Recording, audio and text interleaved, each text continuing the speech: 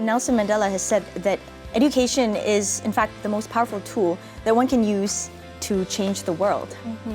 But unfortunately, the pandemic has hampered the education sector. I think we have around 1.3 million university students in Malaysia. That's over 1 million people who were forced to suddenly transition into online learning. But as we're here today, with the pandemic easing up, with restrictions easing up, how can we move forward? Yes, that's right. So today on the show, we are going to hear it from themselves. Youth and student advocates. We have Nurul Rifayah Muhammad Iqbal, who is a student activist, as well as Howe, who is the president of Higher Education Malaysia Association, or HEA. So thank you so much for joining us on the show today, the both of you. I'm going to just start my first question to Rifayah. Basically, you are one of the first batches of graduates from high school and entering the tertiary education since the pandemic. So what are the challenges or the issues that you face for your generation? I think the biggest issues that we are facing, actually, first of course, about in terms of laptop, to get good connections of internet. And then, of course, at that time when we just finished our high school journey and we are actually perplexed because we don't know what might happen to us. Is our classes is going to be fully online or maybe hybrid, or we have any hybrid options, or we don't know what might happen to us at that time. And after we get our SPM results, which is like 3 months after we just finished our SPM, which is on June, and we just get our UP results on August. So it's already, I would say, overdue, because at that time, supposedly we're actually enjoying our first year of degree, or like our foundation year, but actually it's not. We're actually at home and then, continue our studies online. And of course, because we need to think about what happened if in the middle of discussion, our line suddenly, get cut off. What happened if suddenly, we doesn't have any good, our computer is not good enough, So I think that's some challenges that we are facing. Yeah. And Zahel, based on what Rifayah has said, what does this say really about financing of our institutions? And perhaps in your opinion, are there any areas in universities that are still underfunded, like in terms of accommodation, perhaps? Yeah, I think if you would look through what happens across this year, obviously rising living costs has become a very, very crucial issue for the students itself. Now, if we could look into how the funds of the higher education is located, it is come in the form of block grant, which doesn't really tell us in overall how the fund is distributed. But if you read on the medias, and also we did conduct surveys under HEA, we did conduct surveys to collect feedbacks from students. Obviously, accommodations, food prices, as well as the transportation has become the crucial problems. Now, put examples in University of Malaysia, one of them. You know how expensive is PJ, is Kuala Lumpur, Bangsas, and those areas. They don't really have enough, accommodations for all the students. Now, it is actually a very inconsistent scenarios across all public universities in Malaysia. Some of the universities, they have ample and also affordable kind of in-campus accommodation for the students.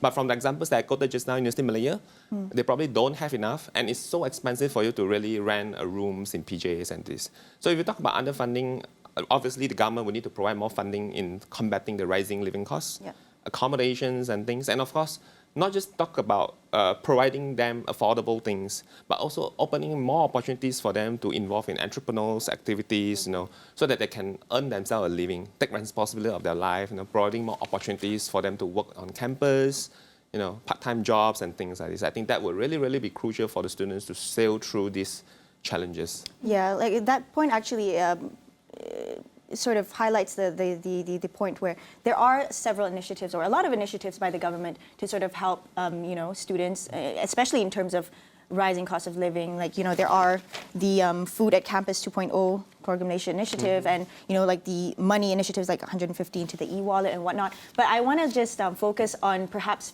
development, like Rifayah has mentioned just now, in terms of laptops or tablets and whatnot. What more could the government do to further help in terms of students' developments, not only just for their well-being, but also for their growth and for their education? Anyone?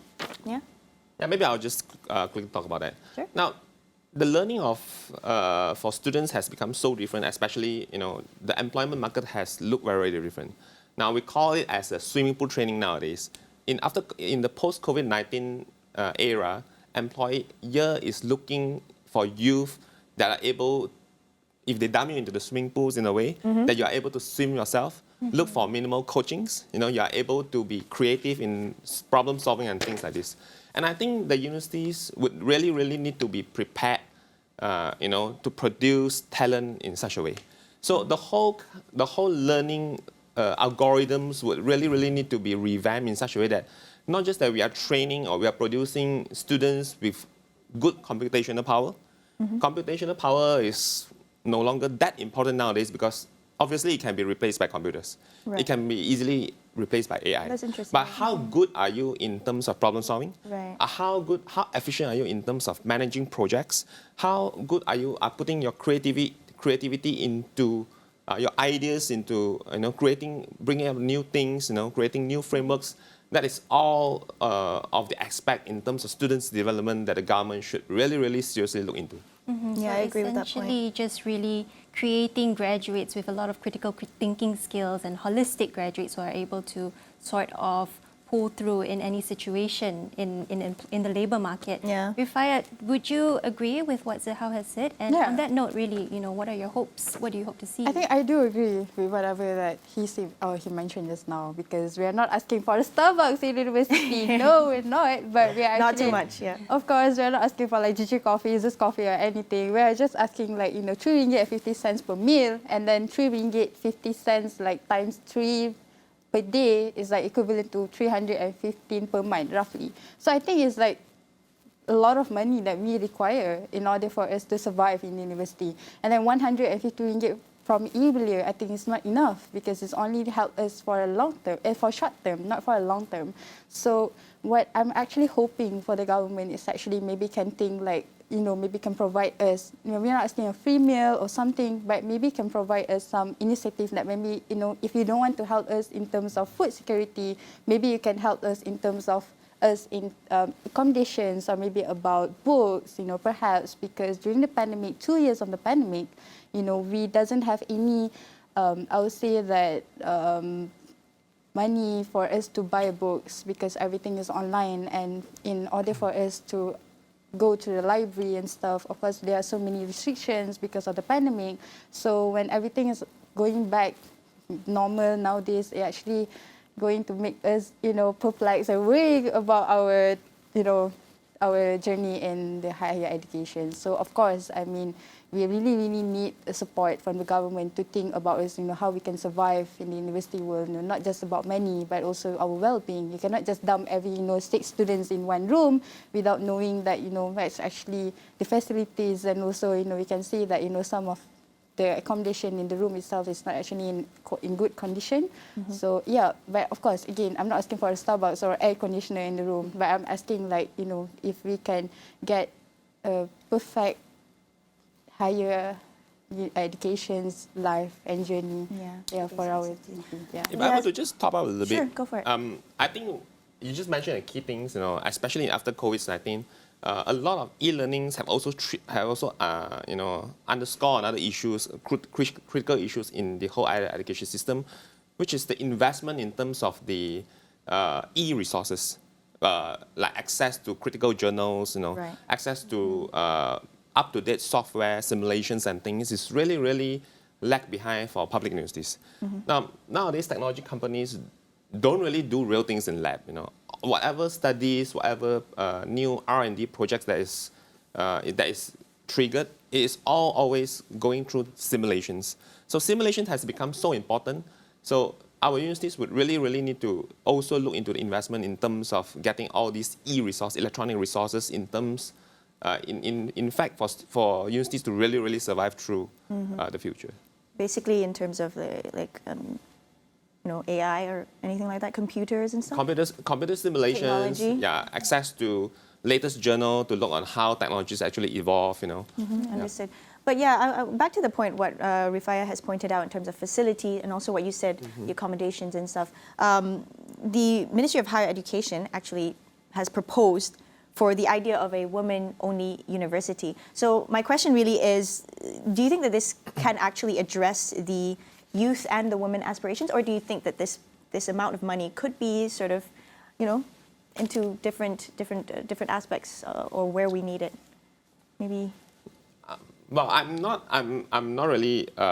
Maybe Rifayah can also Yeah. point out in terms of like, do you think that this would be helpful for the youth and the women? Or I would say that no, it is not going to help us. Of course, you know, if you want to build a new university just for women, but at the same time, you are actually don't really help the students that I would say dying and struggling in universities. There's so many students are struggling in terms of mental health.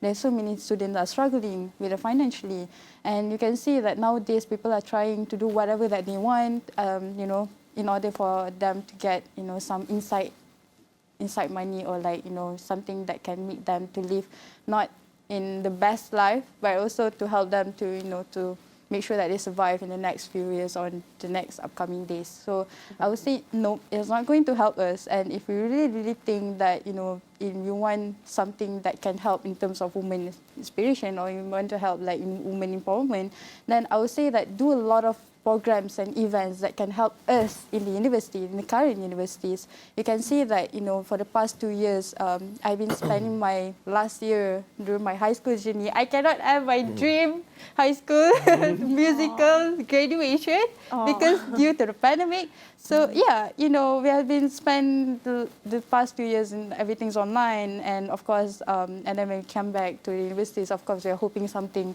We're hoping that, you know, they can help us to make us, if you really want to do and if you really want to inspire the women, then help us to understand it, you know, instead of creating a new platform. and there's this also this issue of you mentioned online, right? That's actually still ongoing with, you know, the increasing numbers true. of higher education intakes in the country. There's some, I believe there's some students who are also still going through online learning even after the there's pandemic. actually, I wonder what that does for the mental health and. Yeah, if I mean to add on, like, you know, for the recent UPU's results, there's actually more than 20% students that doesn't get any universities through the UPU. So yeah, I think that's something that we need to think of. Yeah. So it really is crucial to also focus on student well-being in making sure that university is not just a place for them to learn and study, but also a place for them to make memories, make meaningful, have a meaningful time. So how is that? Do you have anything else to add on? You know, instead of a women's university, what sort of how can these funds be channeled into something? So if you better? look into the statistics analysis, now major public universities is all dominated by females. So that's, I wouldn't see any rationales for us to really build a woman-only campus if that is to combat so-called, you know, gender balance kind of issues. But in fact, I think if you are to combat gender balance issue in terms of higher education sectors, I think what we need to do is, for example, treat sexual harassment complaint seriously. You know, put in a just and, you know, and a transparent review and also complaint channels for all sexual harassment complaint that you receive, whether is it from the workplace, you know, between academicians, or that is between the students and academicians and whatsoever.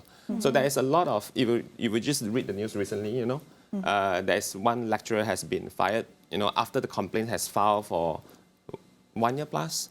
And I just think that that's not really making any sense. You know, if you are talking about upholding women's rights, if you are talking about gender balance, that is exactly the things that we should do. We should protect, you know, their life. We should protect, you know, their status in the universities, not by building a new infrastructures for them. Yeah, I actually really like that point. And perhaps they can look into, you know, the sexual harassment bill to you know, have the institutions be accountable for sort of sexual harassment. That is all the time we actually have for our episode on It's About Youth today. Thank you once again, Howe, who is the president of Higher Education Malaysia Association, as well as Nurul Rifayah Muhammad Iqbal, who is a student activist. It was a pleasure speaking to all of you.